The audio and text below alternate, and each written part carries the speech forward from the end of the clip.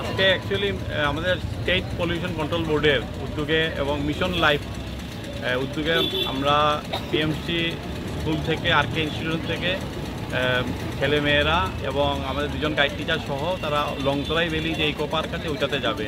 তারা মিশন লাইফের মুডে অর্থাৎ জীবনটাকে কিভাবে সুন্দর করা যায়, পরিবেশকে সুন্দরভাবে রক্ষা করে। আমাদের পরিবেশ যদি না বাঁচাতে পারি তাহলে আমাদের মানুষ সভ্যতারা টিকতে পারবে না। তো সেইটাকে বোঝার জন্য তারা ইকো পার্কে যাচ্ছে।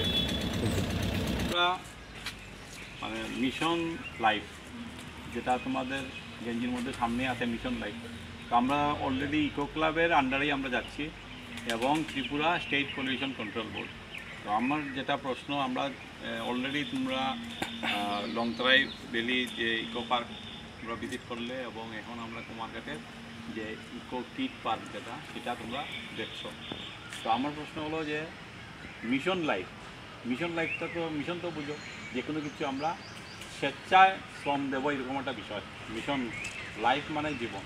এখন আমরা মিশন লাইফে কী আমরা টার্গেট, ইকো পার্ক আমরা দেখলাম আমাদের টার্গেট ছিল আরেকটা স্যাংচুয়ারি মানে অভয়ারণ্য তো আমাদের কাছাকাছি নেই, পরবর্তী সময় সম্ভব হলে আমরা যাব। আমাদের মিশন লাইফে আমাদের উদ্দেশ্য থাকবে, তোমরা সব তো ভলান্টিয়ার হয়ে গেলে 10 জন। 1 নাম্বার 1 সেভ এনার্জি, ঠিক আছে। সেকেন্ড 1 আমাদের থাকবে সেভ ওয়াটার। দেখো আমাদের কী টার্গেট থাকবে এই মিশন লাইফের, যেহেতু আমার mission life save water, single use plastic আমরা কাজ করব, সামনে সিঙ্গল ইউজ প্লাস্টিকের বিরুদ্ধে কাজ করব। মানে আমরা যে সিঙ্গল ইউজ আমরা বোতল খেলাম ফেলে দিলাম, এইগুলির উপরে আমরা কাজ করতে হবে। সাস্টেনেবল মানে যেটা আমরা ব্যবহার করব কিন্তু যাতে তার ঘাটতি না হয়, পরবর্তী বংশধরের জন্য রাখতে হবে, এটা হলো সাস্টেনেবল ডেভেলপমেন্ট।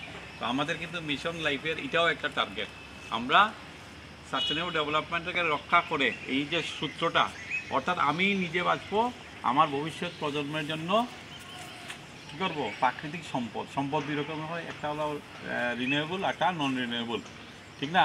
তো আমাদের নন রিনিউয়েবল যেটা, সেটাকে আমাদের এমনভাবে ব্যবহার করতে হবে যাতে ভবিষ্যৎ প্রজন্ম থাকে। তো আমাদের মিশন লাইফের সবার আমাদের টার্গেট হবে এইগুলি, ঠিক আছে। আর একটা যেটা আমি বলে দিই লাস্ট, যেটা আমাদের অ্যাডপ্ট করতে হবে কোনটা, হেলথি লাইফ।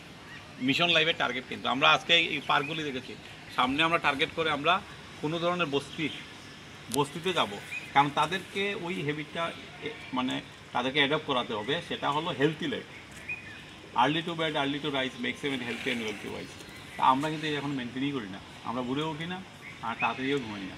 তো আমাদের ওইগুলিই অ্যাডপ্ট করাতে হবে, অর্থাৎ আমাদের এই প্রকৃতিটাকে রক্ষা করতে হবে, সুন্দর পৃথিবীটা। তোমরা ইকো পার্ক দেখলে, ইকো পার্কে একটা সুন্দর পরিবেশ দেখেছো, কি সুন্দর করে গাছগুলি দিয়ে আমরা কীরকম সাজানো যায়। তো এইগুলি গাছগুলি যদি না থাকতো তাহলে মরুভূমি হয়ে যেত।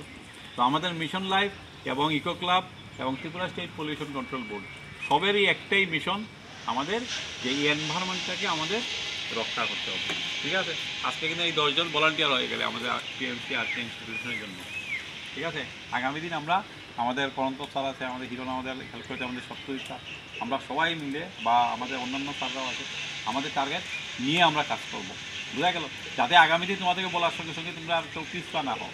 অলরেডি আমরা গেঞ্জি পরেছি, একটা ইউনিফর্ম তোমাদেরকে দেওয়া হয়েছে, মিশন লাইফের চিহ্নটা আমরা দিয়ে দিচ্ছি, যে লোগো, এটা ওয়ার্ল্ড ওয়াইড। আর আমাদের এই মিশন লাইফটা আমাদের ইন্ডিয়াতে স্টার্ট করেছেন আমাদের প্রাইম মিনিস্টার নরেন্দ্র মোদী, কিন্তু এটা একটা এই মিশন লাইফ 2022-এ এটা উনি লঞ্চ করেছেন। তো আমরা সবাই ওনাকে সামনে রেখে দেশটাকে সামনে দিয়ে আমরা এগিয়ে যাবো, হেলথি এনভায়রনমেন্ট এবং হেলথি লাইফ দুইটাই আমরা চাই, ঠিক আছে।